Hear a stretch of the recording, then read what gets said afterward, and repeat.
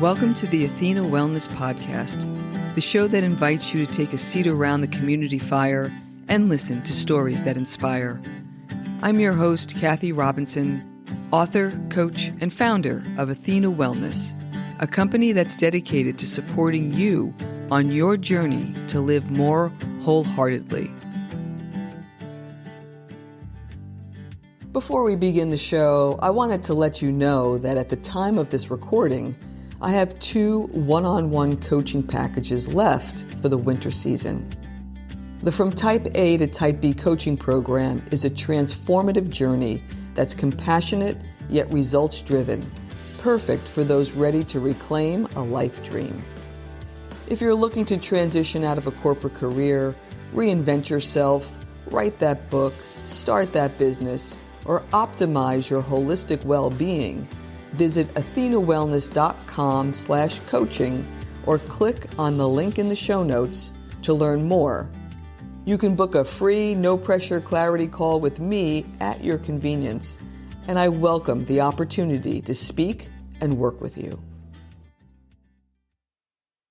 Hello and welcome. Thanks so much for joining me for this shortened Wellness Wednesday episode, a little midweek boost to help keep your warrior vibe high. Today's show is a Walking the Talk Vancast, a look behind the scenes into what I'm learning and working through, along with a takeaway for you. These portable episodes are informal and casual, recorded on the go from wherever I happen to be at the time. And today I'm camped out in my new winter spot by the fireplace with my van recording equipment set up, doing a fireside chat. Last month, I shared the beginnings of my 2023 planning process, incorporating some of my From Type A to Type B learnings. I looked back at 2022 and prepared the lists that I suggested that you try. They were what I loved, labors of love, what worked, and what didn't work. While I gathered information that was helpful, it quickly sent me down a rabbit hole of questions. What should I change? How will I continue to grow? What is success in 2023? That last question is one that I've tried to address in my teaching, coaching, and speaking engagements this year. I've been working with people who have experienced big transitions, such as leaving a long-time profession. And most of what we work through together is the identity shift. Who am I without the business card that I carried for years? I was thinking about this question as I continued to make my plans for 2023, and it led me to create a blue sky exercise for myself. I wanted to break out of my usual thinking and invite the big ideas using this premise. If I had no business or personal commitments, what would I like to do, feel, and experience in the new year? That's a big question because what it's really asking is what activities and relationships are worthy of my time, energy, and attention. We'll get to worthiness in a moment, but first, although I'm still working through these exercises myself, let me share one thing that I noticed as I looked back to look forward. And it's this. I rarely acknowledge my progress. I finish one thing and I'm on to the next. This didn't come as a big surprise. I've always been wired this way. It was kind of instilled in me when I was a kid. If I was unable to keep myself occupied, there was a list of chores my mom would have been more than happy to dole out. So instead, I opted to keep myself entertained. This learned skill was helpful throughout school, college, and corporate life. I found that finding ways to be useful without being asked was a differentiator. It kept me engaged, too. I always had projects that piqued my interest. But in those days, stopping to celebrate for more than a moment seemed frivolous. When I wrote my book, The Athena Principles, I recognized the shortcoming of this approach. So much so that for the 5th principle of accountability, along with creating a process for checking in periodically and compassionately adjusting when needed, I also recommended celebrating wins. So I was a little disheartened when I realized that I never truly stopped to reflect on and celebrate what I've been creating and what I've accomplished since starting Athena Wellness. The word celebrate is defined as to honor or mark something by festivities or other deviation from routine. Celebration, in the way I'm thinking about it, can be as simple as pausing to recognize what's good in your life, relationships you've built, skills you've acquired, talents honed, abilities practiced, any and all experiences contributing to something meaningful for you. When you work towards something significant, there are times of not knowing and doubt that require a mindset of persistence, resilience, and self-reliance.